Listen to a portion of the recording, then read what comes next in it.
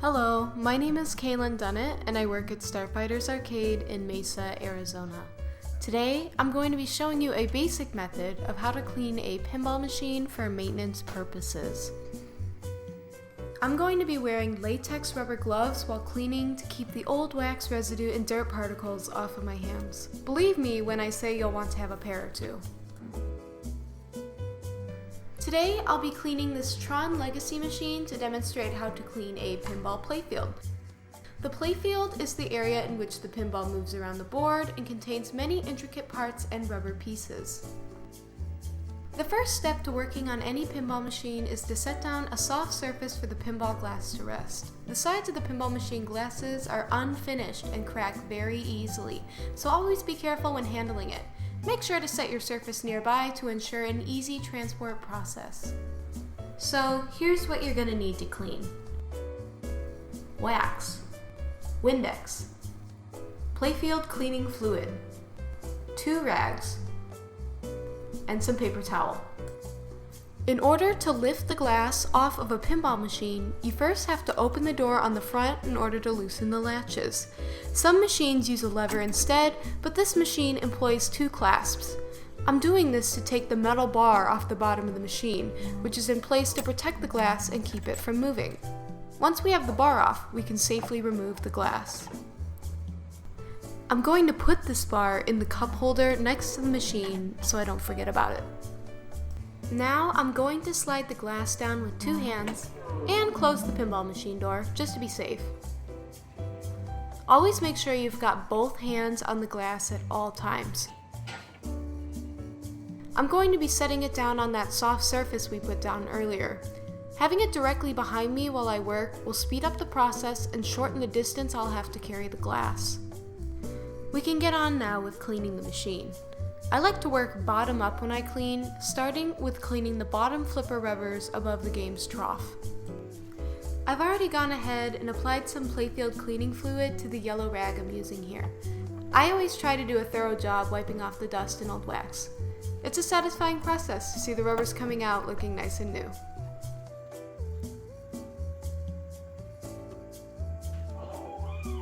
As you can see, it looks much more vibrant. If this rubber was worn thin, I could change it, but it looks fine as it is. I'll be repeating the same process of cleaning on the other flipper rubber. In between rubbers, feel free to apply more playfield cleaning fluid as needed, but a little can go a long way. Moving up the playfield, we'll be cleaning the slingshot rubbers next. You can gently pull them to expose the underside of the rubbers for a much more thorough clean. You can also use this opportunity to replace them if they look like they're going to break, but Tron's been pretty well maintained, so I'll stick to just wiping them. There's an additional flipper on the upper part of the playfield, so I'm going to go ahead and clean this real quick.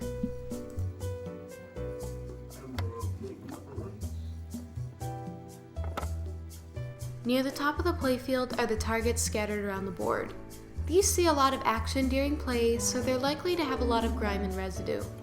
Depending on the age of the game and the amount of wear on the pieces, they may still look a little dirty even after being cleaned, but this is due to discoloration and not because you did a poor cleaning job. To wrap up this portion of the cleaning, I'm using the microfiber rag to do a quick wipe down of the main part of the playfield. Also, don't neglect the trough.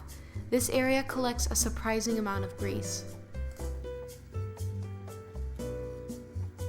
Oh, and if your game utilizes ramps, go ahead and clean those too. Also, it's not a bad idea to check the pop bumpers. If you really want to get particular with it, you can clean those with a cotton swab.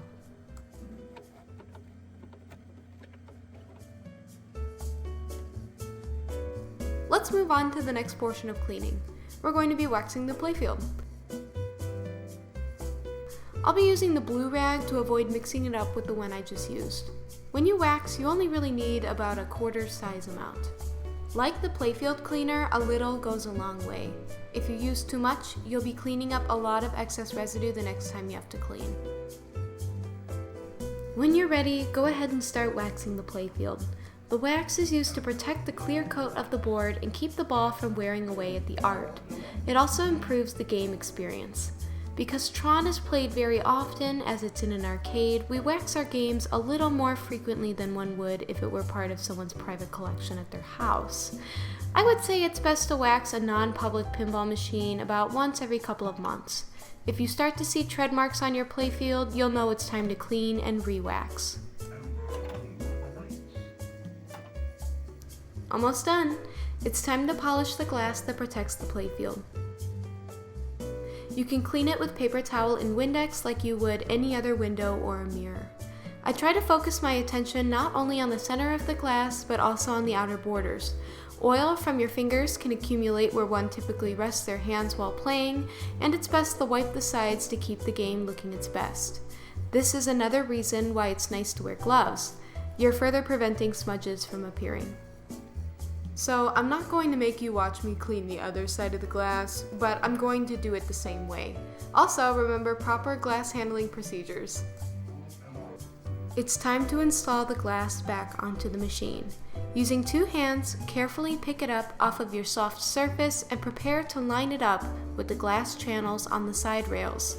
These are slots that you slide the glass into.